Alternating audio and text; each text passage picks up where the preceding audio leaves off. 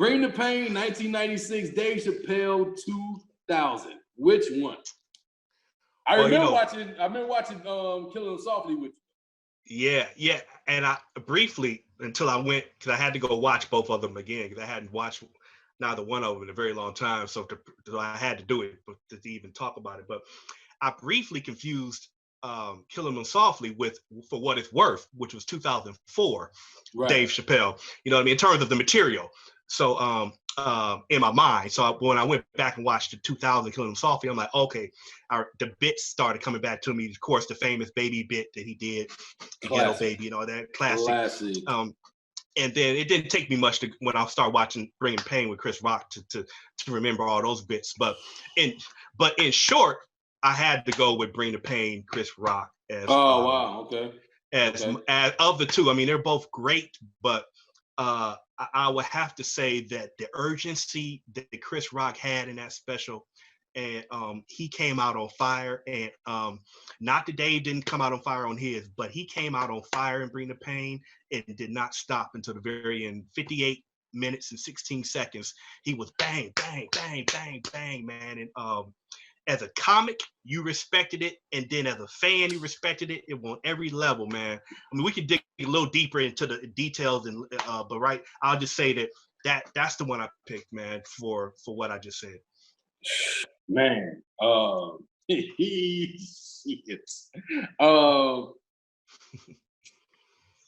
Dave Chappelle. First of all, I love both of those guys. I think both of those guys are definitely legends. Chappelle definitely done. Yeah. Since all this Netflix stuff, he's been like, now everybody, he's the GOAT. He's the GOAT. He's the GOAT. Yeah. Not yet. Funny as shit. Not yet. He'll be the GOAT one day. For me, it's great on hard curve. But Dave is hilarious. Dave is a special comedy talent. Yes. Killin' Them Softly was awesome. Yeah. Bring the Pain, though. Yeah. That dude, I saw Big Ass Jokes first, the half hour one he did, Chris Rock. Yep. And I was like, yo, I gotta start doing stand-up. I gotta start doing it. Eddie and Richard always made me think I could be that, but when I saw him do that, because it was then a precursor to that, because it seemed like he knew what to take from that to add it to Bring the Pain. Right. If you watch it, it's like he boom hitting his hand, like when he hit a punchline, he doing like this, like Chris Rock ain't tough at all. Like I met him, he ain't no tough dude, but he was on his shit. So when a dude that's like that fucking crazy mean and shit, but he doing this like I'm fucking y'all up. Right. You gotta honor that cat. And man, that niggas and black people joke. Yeah. Nothing. I put that up there. Shit. With all-time great. Anything Eddie does, anything Pryor does, right? That's right there. Like Chappelle has the kid, but it's like you can. Chappelle got a lot of these. Got a lot of those singles, and he ain't had a lot. That Chris Rock was dropping home runs. Yeah, he was. No, he was. And it wasn't. I'm not gonna take my time with this. Y'all about to listen to everything I say, because he does his comedy like that.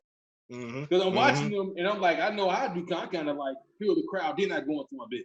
Chris Rock is like, look, I am gonna do this shit, and you're gonna listen, and you're not gonna knock me off my shit. That was the best example of that. Because when he went in, he started. It looked like it was a script made, but he just followed that shit.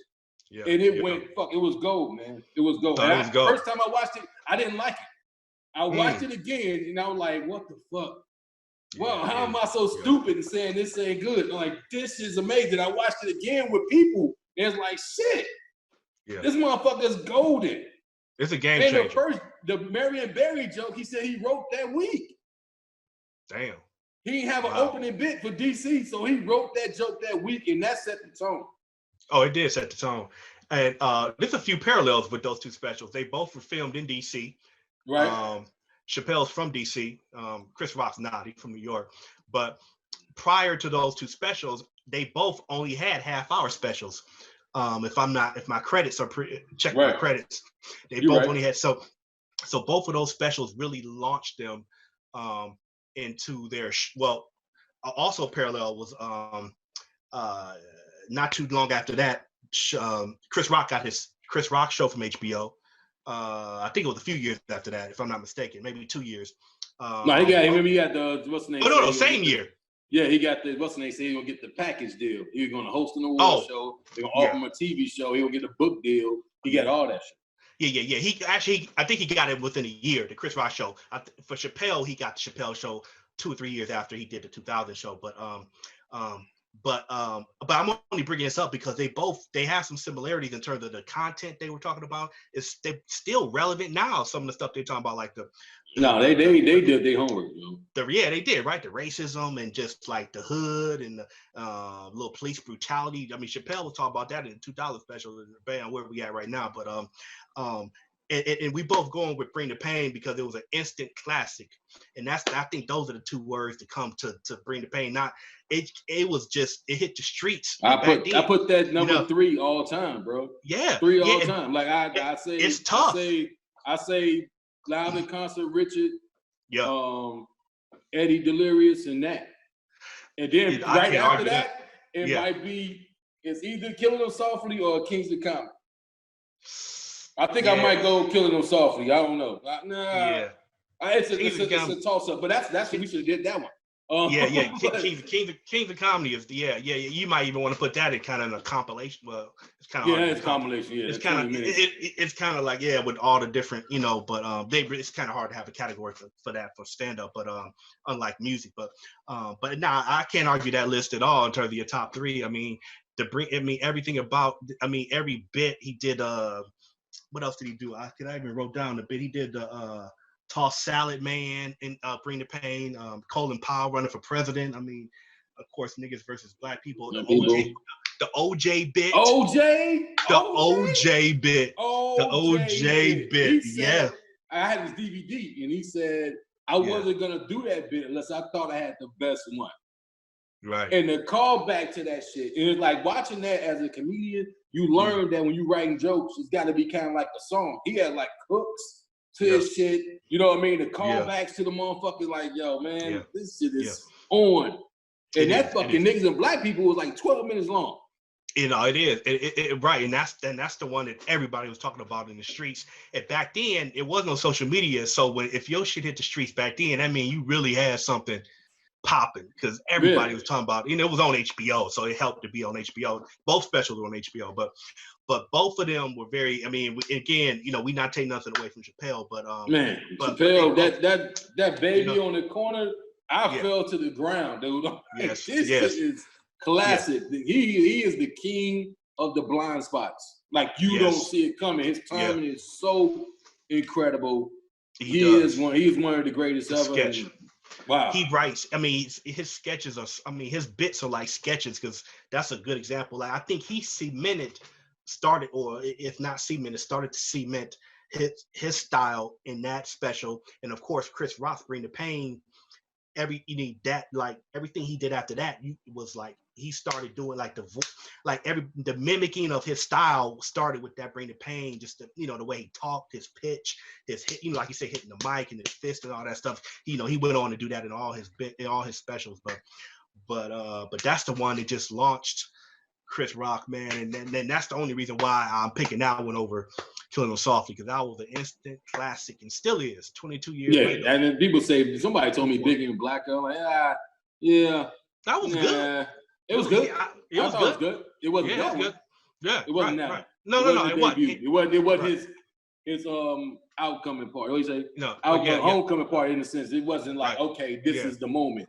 You know what I mean? Like it wasn't that first album, or it wasn't his off the wall. You know what I'm saying? Right, exactly. This is me now. Like you saw me in SNL and on Living Color. Like, nah, that's nothing. Right. See me doing this. So I love seeing that. Because Bigger and Blacker was good too. He had that gun bit about the bullets and stuff in Bigger and Blacker that was legendary. Those are very good. But when you coming out, you always got one special. I think for every comic that's like, if you're super great, you have a few. But that one is like, and it's Bring the Pain from A to Z. is like just like we talked about, just home run, home run, home run. I mean, not slowing down, just coming at you, coming at you. So he had a point to prove. It was like he felt like, if I don't hit this home run on this special, I'm out of the game. That's what he said. He said that. He said I that. had the DVD and had it on He the said that. DVD. He's like, if I don't, he said, this is my last chance to do anything. He said, Yeah. You only got one more. You got 2 chances to be new or something like that. You know, so Yeah. he went in. He said, and he just focused on that. He said he stopped trying to be a movie star. He said he just gonna do comedy. He went in, hit the road, and just, he said, stayed on the road. And he came out with that. And he said Dice played songs just before he filmed it. He's like, you know, this. He said, "Oh, you got any advice?" He said, "Yeah, go home and watch Rocky." Yeah. He said, all this will come. All this will make sense to you. And he said he watched it, and he understood it. So yeah. And I wanted to throw this in too, because they both specials, and it makes sense, because their career has been like this as comics. Social commentary is so heavy in both of those specials, and they went on to always be like that as comics. But that's another similarity between those two, and it's so great that you picked those two to talk about and to battle, because there's still like 80% of what they were saying in those is still kind of like in 2020, man. You can still feel like it's happening, unfortunately, and it's still happening in a lot of different ways. So man, as I rewatched it, I was like, man, you know, but like I said, they've proven to be those type of comics, because every special they talking about real shit. Yeah. So you going with Bring the Pain? I'm going with Bring the Pain. So who do you pick, people? Who do you pick? You know what I'm saying?